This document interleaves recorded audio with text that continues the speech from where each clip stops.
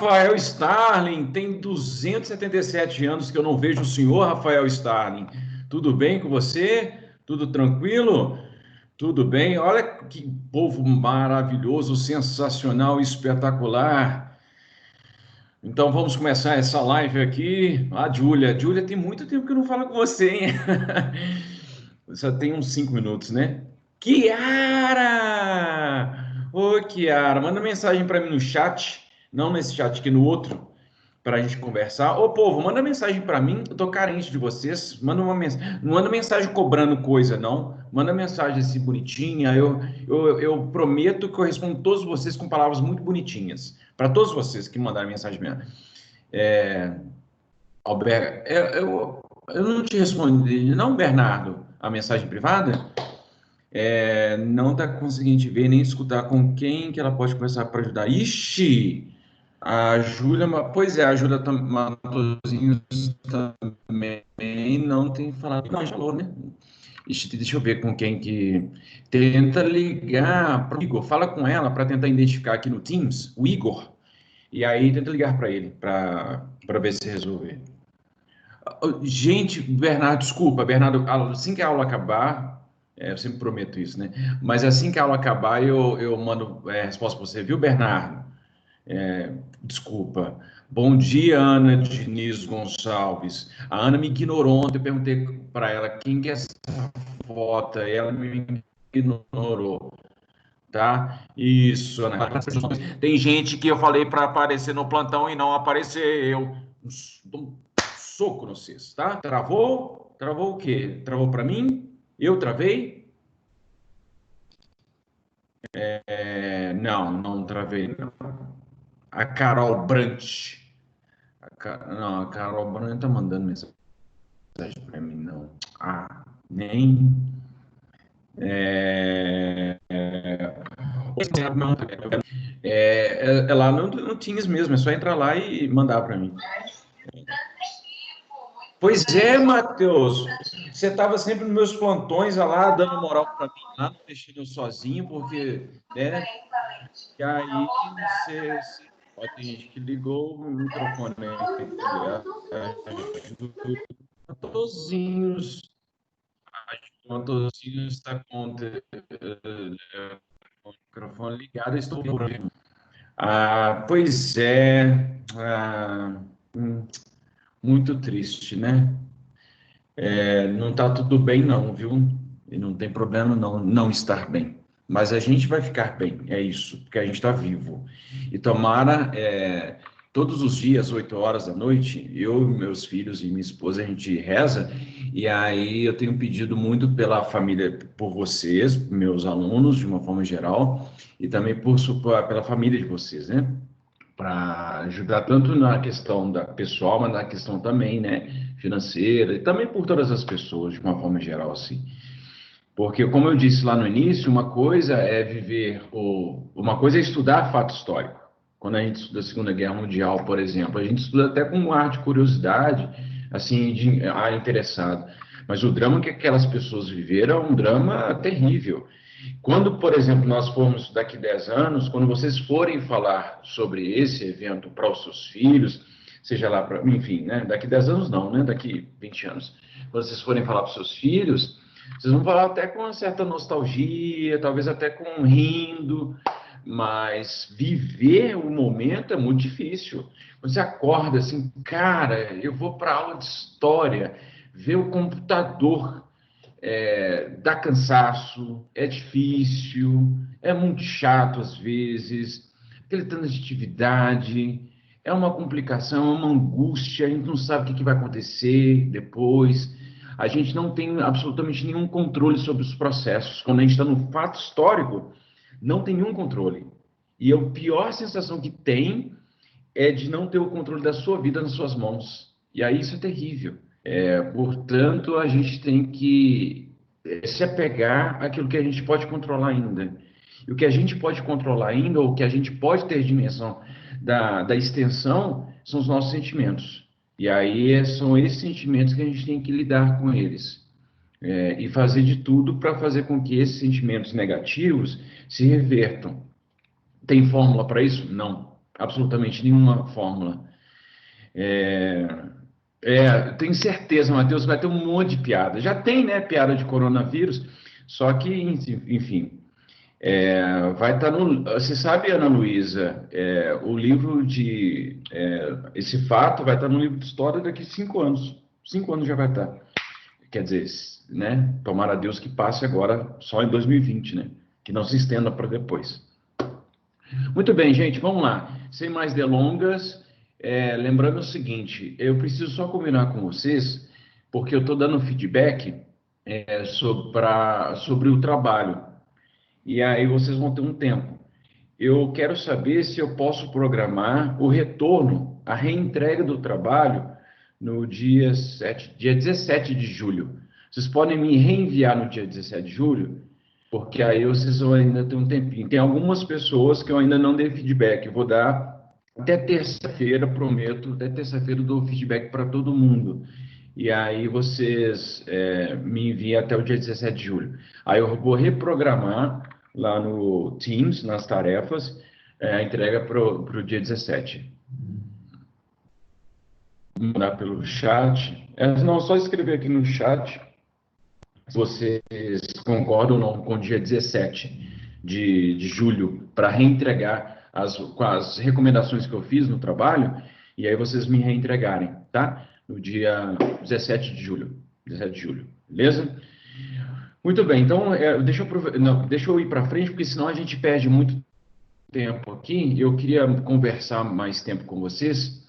Aliás, eu queria pelo menos ter mais uma live com vocês, porque não que o conteúdo está tudo tranquilo, mas é justamente para poder resolver algumas coisas, porque algumas perguntas que vocês fazem, eu estou pensando que vocês estão entendendo o conteúdo, aí daqui a pouco vocês me fazem uma pergunta, eu falei, cara, não entendeu aquilo lá. E aí, justamente para dar uma reforçada, para a gente fazer atividade juntos, enfim. Mas eu acho que por enquanto tem jeito não. Não, Buena, cara. Eu escrevi no próprio negócio, mas eu vou olhar depois, tá? Me avisa, Ana Clara Verkaiser, isso de novo, me manda depois pelo chat particular, para eu verificar isso para vocês, tá bom? Então tá bom, gente, eu vou compartilhar minha tela com vocês agora, e aí a gente vai avançar aqui no conteúdo. Por favor, peguem seus cadernos para fazer anotações. Depois eu quero ver o caderno de vocês, viu? Eu quero que vocês depois, se puderem, abrir aí, hoje não, um dia aí, depois vocês dão uma escaneada aí, tira foto e aí mostra, coloca num PowerPoint assim, mostra como é que está a organização do caderno de vocês. Anotem, façam anotações, é muito importante isso. Compartilhando a tela. Temos aqui. Muito bem. A gente, não é essa tela que eu quero, é essa anterior aqui. Não, é essa aqui mesmo. Essa aqui mesmo. Pessoal, inclusive, assim, para esclarecer, quando eu falo de período joanino, eu falo do período em que Dom João VI esteve no Brasil, entre os anos de 1808 a 1821, tá? A gente viu esses dados, esses fatos todos aqui, e aí só faltou dar uma reforçada aqui no final. Bem, deixa eu falar uma coisa muito importante. Deixa eu pegar aqui a partir da Revolução Liberal do Porto. Olha só, pessoal, a Revolução Liberal do Porto é um movimento fundamental para a gente compreender a independência do Brasil. Ele é fundamental. A Revolução Liberal do Porto foi um movimento feito pela burguesia lusitana, pela burguesia portuguesa. E em que consistiu? Lembram que eu disse na aula passada que a burguesia foi praticamente abandonada em Portugal, porque quem veio para o Brasil em 1807, 1808 foi a nobreza, tá? Então a burguesia teve que enfrentar o Napoleão. Napoleão invadiu, não Napoleão pessoalmente, mas as tropas napoleônicas invadiram Portugal, sob a liderança, inclusive, ali do consultoria do antigo embaixador francês, né, em Portugal, e aí, portanto, os burgueses ficaram abandonados.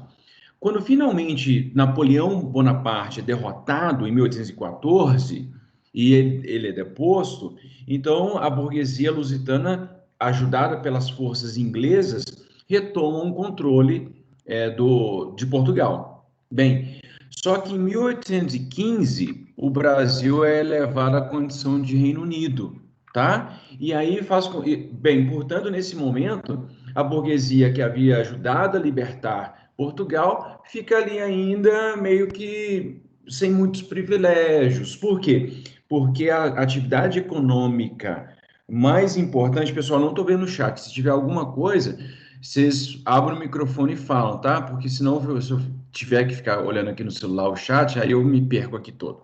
Bem, então, retomando, a burguesia ficou ali ainda meio escanteado, meio assim,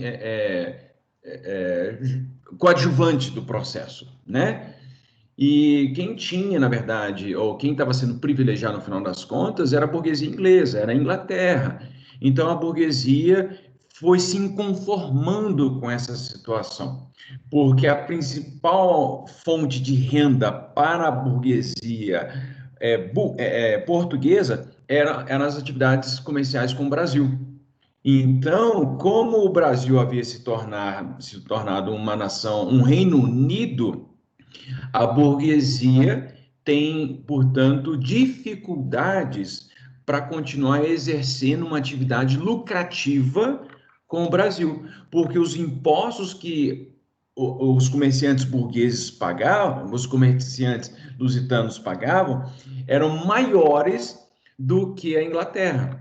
Portanto, a burguesia portuguesa estava discriminada, estava descartada, até que então eles apelaram, falando, não, peraí, a gente está aqui ralando, pagando um monte de imposto, produzindo um monte de coisa importante para o país, e a gente não é privilegiado? Sabe de uma coisa? Vamos fazer uma revolta. Fizeram uma revolta e aí tomaram as instituições administrativas de Portugal, começando com o Porto. A cidade de Porto é a segunda maior cidade de Portugal, então eles tomam as sedes administrativas ali e decretam que a partir daquele momento Portugal teria uma constituição. Qual foi então o principal resultado, ou o resultado imediato da Revolução do Porto? Eles anunciam que irão produzir, escrever uma constituição. Portugal não tinha uma constituição. E como eles iriam escrever uma Constituição, Portugal passa então a ser, ou se torna, uma monarquia constitucional. Mas espera aí, Edmar, tem uma coisa complicada aí. Como é que os caras começam a fazer uma monarquia constitucional se o rei está lá no Brasil? Pois é, esse era o problema. E aí então o que os burgueses fazem? Eles exigem o pronto retorno de Dom João VI para Portugal. E essa galera, não são todos os burgueses, mas os seus representantes começam então a discutir a elaboração da Constituição. Essa galera que está discutindo, primeiro como Assembleia Constituinte. A Assembleia Constituinte, basicamente, é a reunião de pessoas que estão ali elaborando as leis. No caso específico de Portugal, essa Assembleia Constituinte e depois o Parlamento português serão chamados de cortes. Quando então a gente falar cortes portuguesas, nós estamos nos referindo ao conjunto de deputados ou representantes do povo que estão elaborando a Constituição e que depois vão se tornar o Parlamento de Portugal. Então, cortes portuguesas, nesse caso específico, não confunda com a corte portuguesa lá de 1808, que veio para o Brasil, que aquela galera era a nobreza. As cortes portuguesas, as cortes constitucionais portuguesas, são os grupos que se juntam para elaborar a Constituição. Então, essa galera exige que Dom João VI retorne para Portugal. Dom João VI vai relutar um pouco. Dom João VI gostava do Brasil, gostava de tomar banho na praia. Não, mentira, ele não tomava banho. Não tomava mesmo, viu, pessoal? Estima-se que ele tenha tomado pouquíssimos banhos na sua vida. Dom João VI, ele ficava tanto tempo com a mesma roupa que a roupa começava a apodrecer no corpo dele. Eu estou falando sério. A roupa começava a se desfazer, a roupa começava a descosturar. E como a roupa, ele ficava com a roupa o tempo todo, isso significa que é isso mesmo. Cheirava muito mal. Bem, mas isso são bastidores que a gente não precisa ficar entrando em detalhes. Mas o fato é que ele tinha um funcionário próximo a ele que, às vezes, quando ele dava uma cochilada lá, o funcionário aproveitava o tempo que ele estava cochilando para costurar a roupa que estava descosturada. Bem, mas o Dom João VI ficou relutando. Ele gostava muito do Brasil, gostava de ir ao Maracanã, assistir Flamengo e Fluminense. Enfim, ele gostava, né, do Brasil. O Brasil com as suas coisas, a feijoada, gostava de tudo que tinha aqui. É, é, Queria que o filho dele estudasse no Santo Agostinho, enfim. Mas aí ele acabou tendo que voltar para Portugal. Então, Dom João VI é obrigado a voltar. E ele retorna. Quando que ele vai retornar? Em abril de 1821. Ele vai retornar aqui, ó, em abril, 26 de abril de 1821, Dom João VI volta para Portugal. Volta para Portugal com uma corte, com um grupo, né, com os nobres ali, com mais ou menos 5 mil pessoas. Eles voltam. E aí a dona Carlota Joaquina, que é a esposa de Dom João VI, fala assim: eu não volto nesse lugar nunca mais na minha vida. E não voltou mais mesmo. Mas ela não gostava do Brasil. A dona Carlota, que era esposa, nesse momento ela já era rainha. Ela falou: não, quero voltar nunca mais nesse lugar. Então João VI, tchau, tal, enfim. E deixam aqui o filho mais velho deles, que é o Dom Pedro I. Dom Pedro I, ele se torna, então, príncipe regente. Então, quando a família real portuguesa sai do Brasil e volta para Portugal, deixa Dom Pedro aqui, que não era Dom Pedro ainda, era Pedro, Pedro de Bragança, Pedro de Alcântara, Pedro de Bragança. Então, Pedro fica aqui. E aí o Pedro tinha 20 e poucos anos. O Pedro, nessa época, ele devia ter 21, 22 anos de idade. Entre 21 e 24 anos. Agora, eu sei o ano que ele nasceu. Não sei se foi em 1798 ou se foi em 1800 que ele nasceu. Mas, enfim, ele era novinho. Ele é bem novinho, Dom Pedro. Acho que foi em 1798 que ele nasceu. E aí ele era novinho, um moço novo. Ele gostava muito de mulheres, ele gostava das mulheres, ele tinha um monte de namorada, muito namorada. Dom Pedro, ele era da pá virada, viu? Ele tinha inclusive uma namoradinha que era uma cantora francesa, Noemi. E aí tem um episódio trágico que é o seguinte: Dom João VI, oh meu Deus, é isso, Dom João VI não queria que Dom Pedro namorasse com Noemi. E Dom Pedro não deu bola para o pai dele e tal. E aí, ainda quando Dom João VI estava no Brasil, porque Dom João VI já tinha arrumado um casamento para Dom Pedro, e enfim. Mas Dom Pedro queria continuar, né, com as suas aventuras aí. E aí, quando Dom João VI descobriu que Dom Pedro ainda estava namorando, antes dele casar, né? Depois que ele casou, ele baixou um pouco o facho, mais ou menos. Mentira, não baixou nada. Ele vai aprontar um monte ainda. Mas aí, antes dele casar, ele namorava com essa Noemi, e aí Dom João VI descobriu e mandou ela lá para o Nordeste, para ficar longe de Dom Pedro. Só que ela estava grávida. E aí ela abortou. Noemi abortou o neném. Eu não sei se é de causas naturais ou se foi de propósito. Mas ela abortou o neném e pegou o neném, pegou o feto, colocou numa caixa e mandou para Dom Pedro. Dom Pedro, por muito tempo, inclusive, conservou esse feto lá, meio mumificado, o filho dele, né, com a Noemi. É uma coisa meio estranha, né, meio macabra, enfim. Mas aí, depois, antes de Dom João VI ir embora para Portugal, Dom Pedro se casou com Dona Leopoldina, uma pessoa maravilhosa. Dona Leopoldina era espetacular. Dona Leopoldina era inteligente. Dona Leopoldina frequentava as cortes europeias, ela era uma princesa, ela era filha lá do herdeiro do Império Austro-Húngaro, né? Então era uma pessoa maravilhosa, poliglota, falava 50 línguas, sabia cavalgar, lia livros, pessoa inteligentíssima. E casou com Dom Pedro I por procuração. É exatamente isso. Dom Pedro estava aqui no Brasil e Dona Leopoldina lá na Europa. E aí o embaixador levou uma foto de Dom Pedro e aí fizeram uma cerimônia. Então a Dona Leopoldina se casou com o retrato lá de Dom Pedro lá na Europa e depois, já casada com ele, veio conhecer Dom Pedro aqui no Brasil. E ela achou Dom Pedro esquisitíssimo. Ela gostou de Dom Pedro depois. Depois eles se apaixonaram, na verdade. Eles foram apaixonados uns pelos outros. Não foi o tempo todo, mas eles tiveram ali um afeto um pelo outro. Mas Dona Leopoldina era apaixonável de uma forma. Ela era maravilhosa. E daqui a pouco eu vou falar mais sobre ela, porque é muito importante. Quando diga, alguém quis dizer alguma coisa? Sim, não, não, não, sim, não. Então é o seguinte, quando a família real volta Ô, para Edmar, Portugal, sim, a Maria Fernanda tá pedindo pra você repetir essa parte porque travou um pouco a sua voz. travou para todo mundo ou travou só para ela? Eu já não sei, pra mim travou também. Ah, então deve ter travado para todo mundo.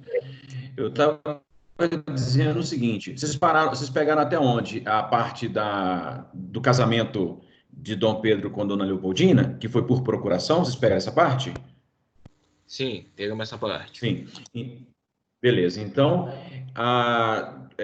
Dom Pedro se casou com Dona Leopoldina. Enfim, e aqui nessa época que a família real portuguesa foi para, né, voltou para Portugal, ele já era casado. Dom Pedro já era casado. E aí havia uma pressão enorme. Quando Dom João VI volta para Portugal, ele vai virar um rei figurativo. Porque quem vai mandar efetivamente em Portugal serão as cortes, ou seja, o parlamento português, tá? Então, Dom João VI fica ali só uma figura, só de figuração, só dando tchauzinho lá pro povo, enfim.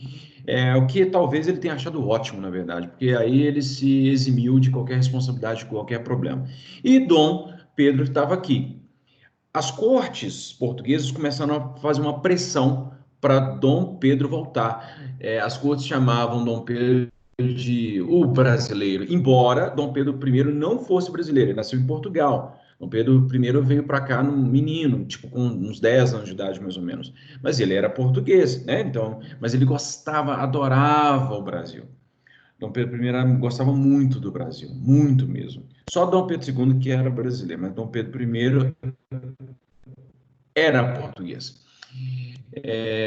E ele falou, vou para Portugal, não, vou ficar aqui no Brasil, vou ficar aqui no Brasil, vou ficar aqui no Brasil, até que chega um ultimato. Ali em dezembro de 1821, as cortes portuguesas falaram assim, olha, se você não voltar para Portugal, a gente vai mandar aí soldados. E aí Dom Pedro falou assim, eu vou ficar. Por que que Dom Pedro resolve ficar? Porque foi feito um abaixo-assinado na elite ali carioca, recolheram 3.000 assinaturas de apoio a Dom Pedro. E aí, quando ele percebeu que a elite brasileira estava apoiando a permanência dele no Brasil, então Pedro falou assim: não, vou ficar. E aí, o dia do fico é aquela mensagem que ele diz: diga ao povo que fico. Se é bem, para o bem geral da nação, felicidade geral de todos, diga ao povo que. Eu nunca consigo memorizar essa frase. Mas aí Dom Pedro fica. 9 de janeiro de 1822. Eu vou ficar no Brasil e não quero nem saber. Não quero nem saber. E aí ele fica.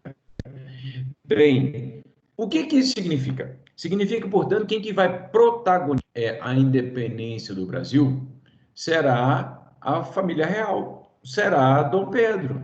Dom Pedro vai ser o cara que vai liderar o processo de independência do Brasil.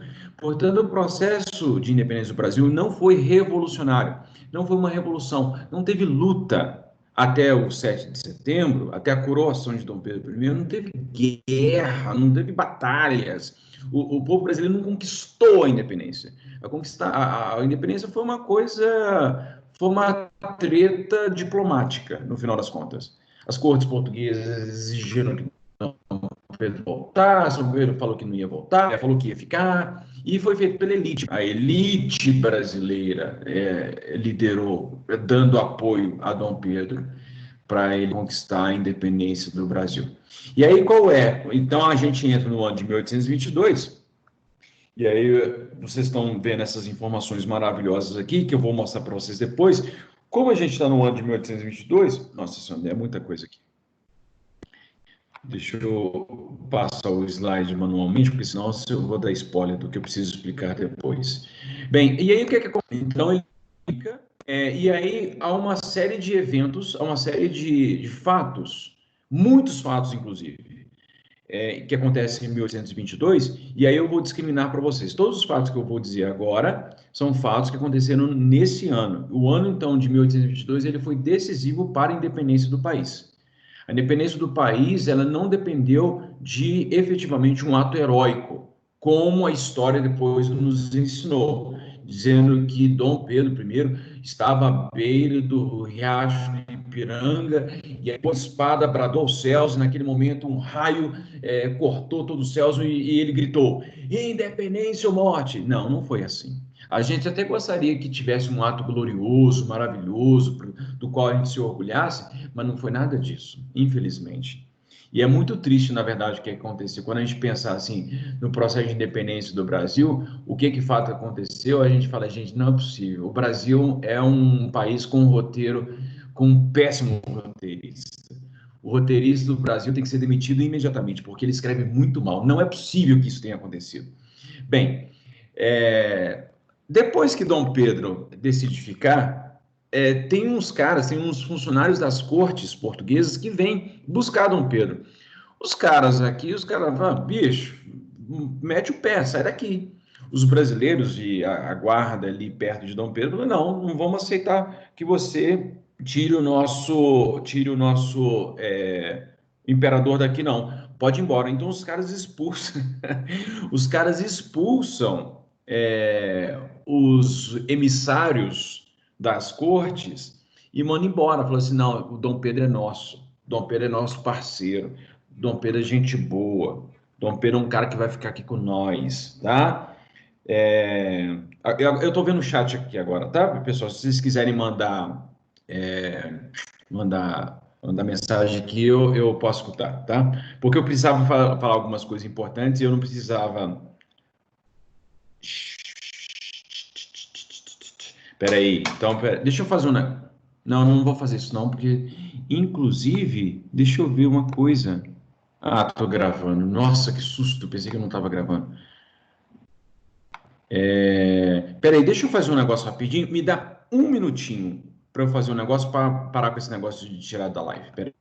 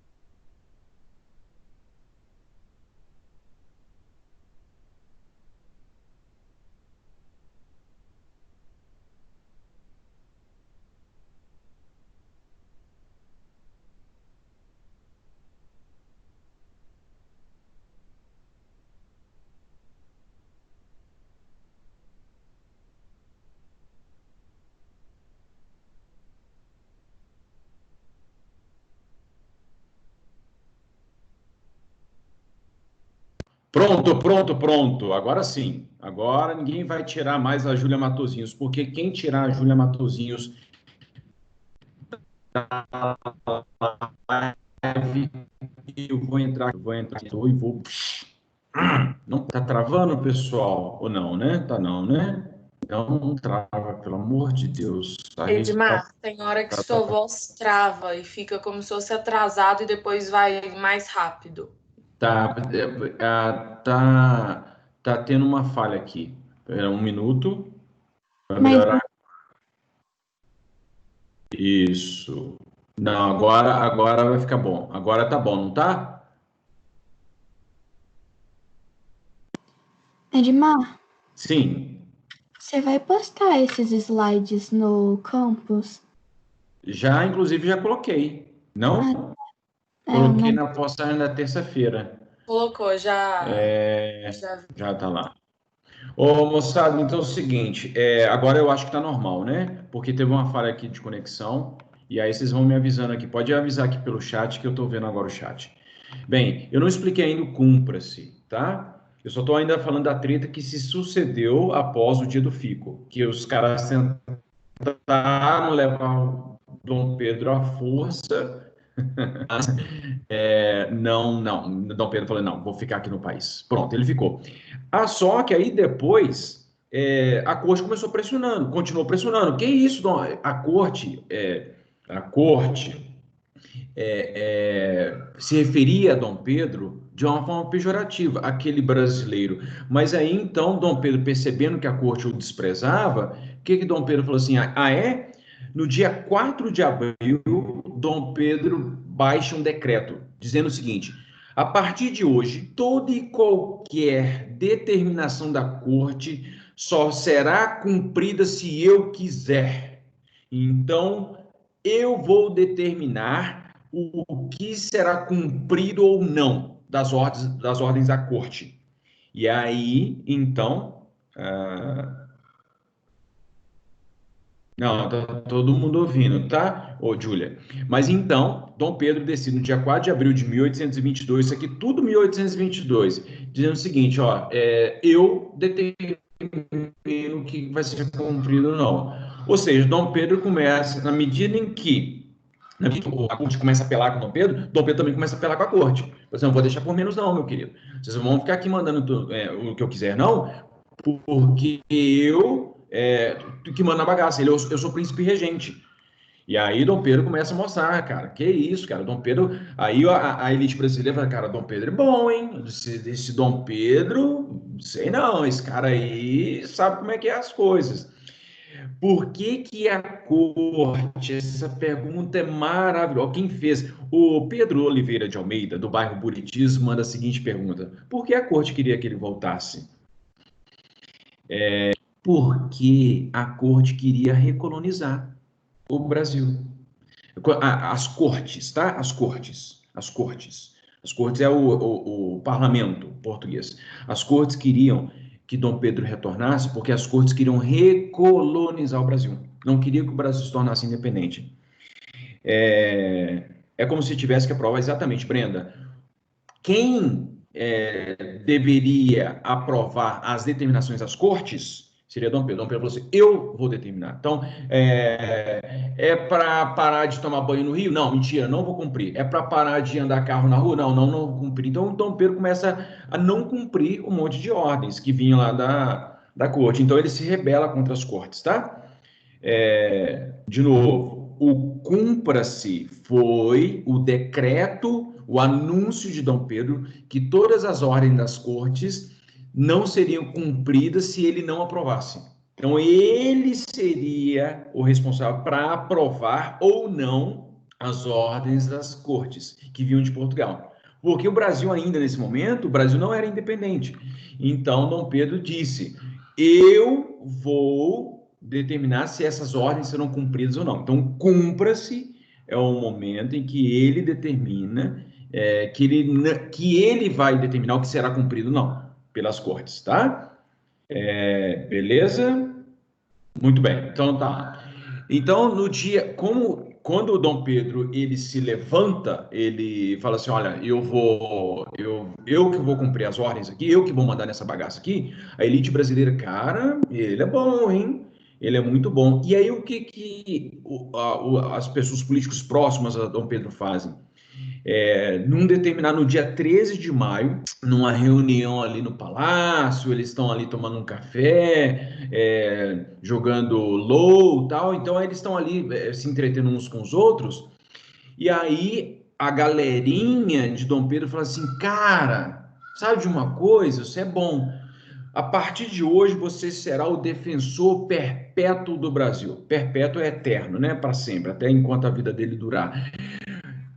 Então, os seus pares, os políticos próximos a Dom Pedro, conclamam Dom Pedro como defensor perpétuo do Brasil. O período joanino se refere a Dom João. É o período que Dom João VI fica no Brasil, de 1808 até abril de 1821. Esse é o período joanino, tá, pessoal?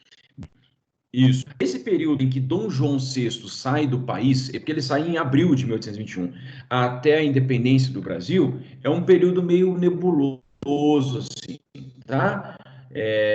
Porque, quer dizer, né, Dom João não está mais no país. Então, quem está é agora Dom Pedro, é o período pedrino agora, mas enfim. Então, no dia 13 de maio, Dom Pedro se torna defensor perpétuo do Brasil. Quem que determinou isso? Na verdade, foi uma galerinha, assim, igual, tipo, a gente vê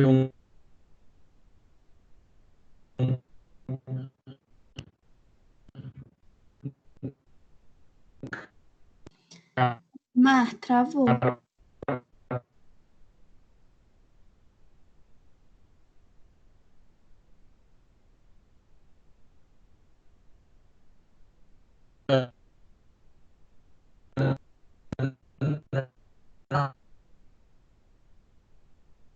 Não, agora voltou. Agora tá normal. Não tá? Não tá normal? Tá sim, tá?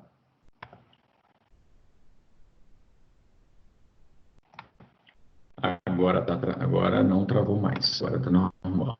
Por favor, fala que tá normal. Isso. Não? Moçada, então, o que acontece? Dom Pedro, então, ele gosta do fato de que ele será o defensor perpétuo do Brasil, e no dia 3 de junho, isso, beleza. No dia 3 de junho, ele toma uma decisão ainda mais ousada, em confronto, em confronto com as cortes portuguesas. O que ele determina? Que ele anuncia, ele convoca a Assembleia Constituinte do Brasil. Ele convoca a Assembleia Constituinte do Brasil. E o que significa isso? Ele significa que ele está no Brasil, a primeira Constituição. Não, o período joanino termina com o retorno de Dom João VI para o período joanino. É o período que... Eu só coloquei o dia do fico lá, só para a questão da cronológica, tá? Mas o período joanino termina com a ida de Dom João VI para Portugal. Aí agora, depois que Dom João VI volta para Portugal, Dom João VI se torna uma figura figurativa em Portugal e Dom Pedro fica aqui resolvendo treta, tá? Bem, isso. Deixa eu ver se tem mais alguma coisa. Você parou na parte desse. Pedro convoca a Assembleia Constituinte do Brasil para quê? Para fazer uma Constituição. Dom Pedro convoca a Assembleia Constituinte do Brasil para fazer uma Constituição. Ora, você convoca uma Assembleia no país que ainda é colônia, qual que é a mensagem que você está mandando para a metrópole? Cara, a gente vai se tornar independente. A independência do Brasil é questão de dias. Então, Dom Pedro, ele está confrontando diretamente as cortes portuguesas. E aí ele convoca. E os brasileiros acham isso ótimo. A elite brasileira fica assim, cara, Dom Pedro é muito bom, o cara é muito bom, o cara é corajoso, é menino novo, mas é bom. E aí, então, enfim, no final das contas, Dom Pedro, ele vai liderar os trabalhos da Constituinte, mas não é imediato o início dos trabalhos, né? Vai demorar um pouquinho, porque vai ter mais treta para resolver. De qualquer modo, ele anuncia que a partir daquele momento irão começar os trabalhos da Assembleia Constituinte do Brasil, o que foi efetivamente um confronto com as cortes. Bem, a parte do 3 de junho é a convocação da Assembleia Constituinte, é a convocação dos deputados para elaborar uma Constituição do Brasil. Tá? E aí, isso é um confronto com as cortes portuguesas. Tá? Mas os trabalhos da Constituinte não começam de forma imediata. Mas só o anúncio de que o Brasil terá uma Constituição, as cortes portuguesas ficaram, cara, que isso? E, bem, Dom Pedro começa, então, a anunciar. As pessoas estão todo mundo percebendo que o processo de independência do Brasil está em curso. Dom João VI manda carta para Dom Pedro manda áudio de WhatsApp para o pai dele, falando, pai, eu não vou voltar para Portugal, eu vou ficar aqui, o Brasil vai ser independente. Aí rola uma treta sinistra lá no grupo de WhatsApp da família real portuguesa, e Dom Pedro acaba saindo do grupo, o povo fica chateado, mas aí, no final das contas, o que acontece? Dom Pedro percebe o Brasil tinha muitos portugueses ainda. E os portugueses não queriam a independência. Muitos portugueses não queriam a independência. E aí houve um princípio de rebelião aqui em Minas Gerais e também em São Paulo. E aí Dom Pedro percebe, em agosto de 1822, e aí Dom Pedro percebe o seguinte, cara, eu preciso ir lá pessoalmente para resolver essa treta aí. E aí então Dom Pedro viaja para Minas Gerais, rapidinho aqui, aí visita, vai no Mineirão, vai na Pampulha e tal, aí visita essas coisas todas, aí depois ele vai para São Paulo. E lá em São Paulo, ele conversa com a galera, não, gente, vamos fazer uma independência bacana aqui para todo mundo vai ficar bem e tal. Aí a galera fica de boa. Não, beleza, Dom Pedro, tranquilo então. Se você vai fazer uma independência, mas não vai mudar muita coisa, então tá tudo bem, tudo tranquilo. Então Dom Pedro está lá em São Paulo, ele vai visitar... Ele vai a Santos conversar lá com o irmão do José Bonifácio, que daqui a pouco eu vou explicar quem que é. E aí, quando estava lá em Santos, ele conhece o grande amor da vida dele, que é a Domitila. Edmar, peraí, Edmar, ele não era casado? Era. E lá em Santos, ele não só conheceu a Domitila, mas também a irmã dele, a irmã dela. Ele conhece as duas irmãs, a famosa Marquesa de Santos. E aí Dom Pedro fica com as duas. Dom Pedro vai ser amante das duas. Dom Pedro vai ter filho com as duas. E não só isso, Dom Pedro vai levar as duas lá para a Marquesa de Santos, pelo menos. Vai levar lá para o Rio de Janeiro. Um absurdo, enfim. Mas enquanto Dom Pedro lá estava afogando as mágoas e namorando com a Domitila, que é a Marquesa de Santos, nesse mesmo momento, a dona Leopoldina, que era esposa de Dom Pedro, estava no Rio de Janeiro. E aí ela estava lá e ela se tornou, naquele momento que Dom Pedro está viajando, Dona Leopoldina se torna regente do Brasil. Dom Pedro fala assim, não, enquanto eu estou lá viajando, fica aí regendo o país. Então, a primeira governante do país foi Leopoldina. Vocês não sabiam disso, gente, mas estou falando para vocês. Dona Leopoldina era, então, a princesa regente, nesse momento ali, final, em agosto, setembro. E aí ela estava lá regendo o país, quando, de repente, chega uma mensagem do Rio de Janeiro. Desculpa, de Portugal. Chega uma mensagem de Portugal. E a mensagem que chega de Portugal é o seguinte...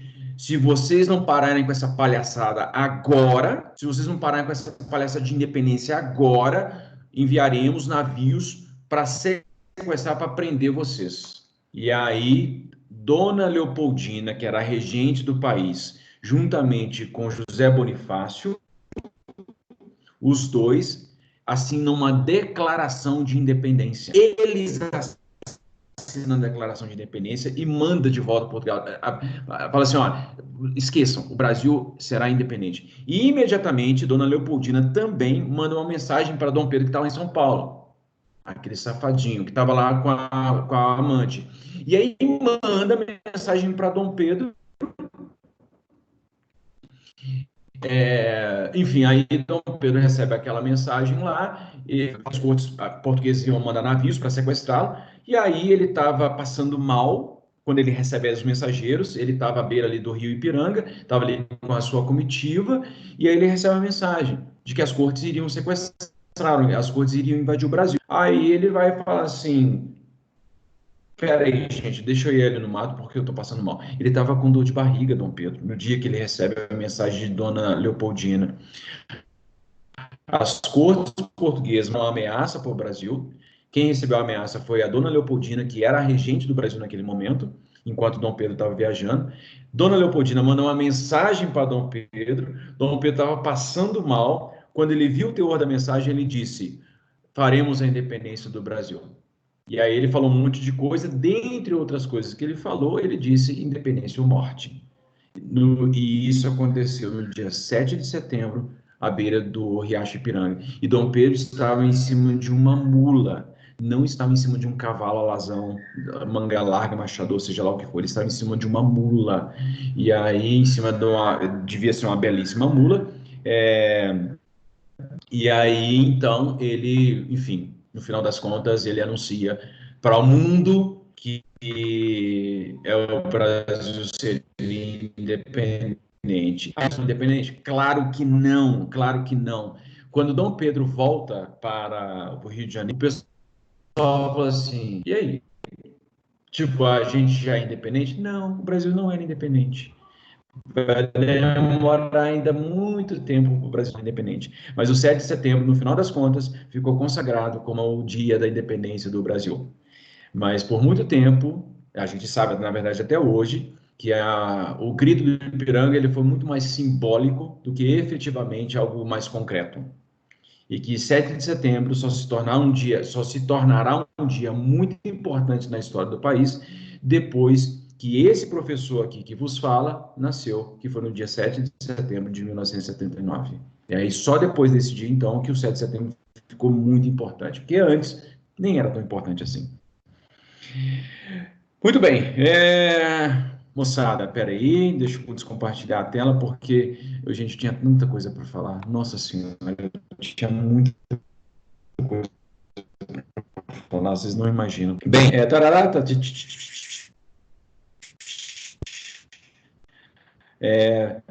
ele consegue relacionar com o seu humor de alto nível, comédia de mar. Quem assinou o documento de independência? Nesse momento, quem assinou... tá travando. Quem assinou a declaração de independência, quem assinou uma declaração de independência foi José Bonifácio e a dona Leopoldina, enquanto Dom Pedro estava lá dando rolê lá em São Paulo, aquele safadinho. Deixa eu parar a gravação aqui.